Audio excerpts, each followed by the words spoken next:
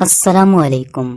اللہ تعالیٰ کا فرمان ہے کہ یہ نماز باری ہے، مگر جو لوگ خشوع والے ہیں ان کے لیے یہ نماز بالکل بھی باری نہیں، کیونکہ جو لوگ اللہ تعالیٰ سے ڈرتے ہیں، اس کی ملاقات کو پسند کرتے ہیں، ان کے لیے تو نماز آسان ہے، ان کو اللہ تعالیٰ توفیق دے ہی دیتا ہے۔ لیکن جو لوگ نماز میں سستی کرتے ہیں پھر وہ نماز سے محروم ہو جاتے ہیں۔ خاص طور پر فجر کی نماز تو بہت زیادہ باری ہے۔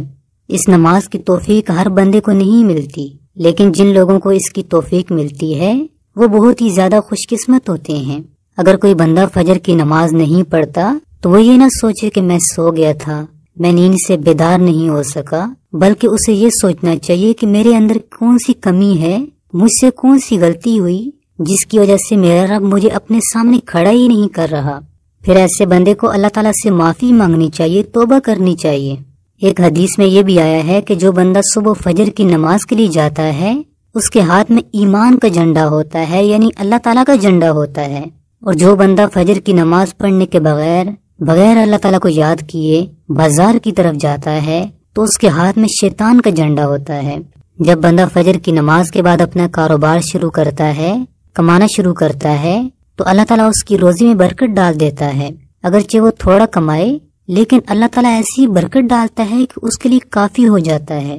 لیکن جو بندہ فجر کی نماز کے بغیر کاروبار میں لگ جاتا ہے، صبح کے وقت اللہ تعالیٰ کو یاد نہیں کرتا، اگرچہ اس کی روزی زیادہ ہی کیوں نہ ہو لیکن اس میں برکت نہیں ہوتی، وہ اپنے مال و دولت کی وجہ سے پریشان ہی رہتا ہے۔ حضور پاک صلی اللہ علیہ وسلم نے فرمایا کہ نماز میری آنکھوں کی ٹھنڈک ہے۔ تو جو بندہ نماز پڑھتا ہے، خاص طور پر فجر کی نماز کی پابندی کرتا ہے، تو آپ صلی اللہ علیہ وسلم اپنی اس امتی سے خوش ہوتے ہیں۔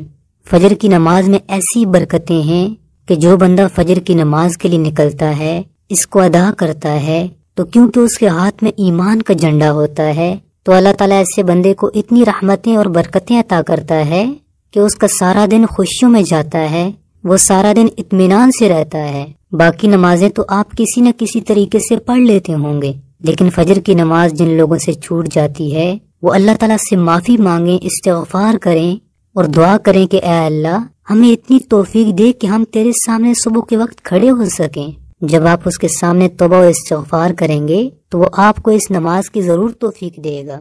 اس ویڈیو کو آگے شیئر کریں۔